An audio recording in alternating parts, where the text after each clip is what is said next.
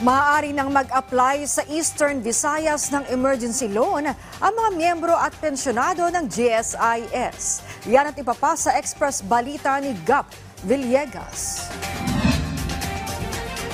Maaari nang makapag-apply ng emergency loan ang mga miyembro at pensyonado ng Government Service Insurance System o GSIS sa Eastern Visayas. Maaaring makapag-apply ang mga aktibong miyembro at pensyonado mula sa mga calamity declared areas kung maaabot nila ang ilang criteria tulad ng pagkakaroon ng take-home pay na hindi bababa sa 5,000 piso at walang anumang nakabimbing kaso.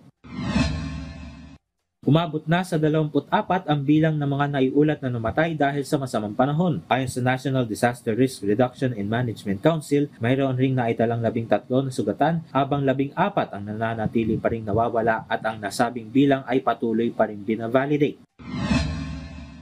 Matapos ang 2 linggo na rollback, inaasahan na muling aakyat ang presyo ng produktong petrolyo sa susunod na linggo. Ayon sa Department of Energy, 40 hanggang 90 sentimos kada litro ang posibleng itaas sa presyo ng gasolina, 40 sentimos kada litro naman o posibleng walang magiging paggalaw sa presyo ng diesel, habang 20 sentimos kada litro o posible rin na walang maging paggalaw sa presyo ng kerosene.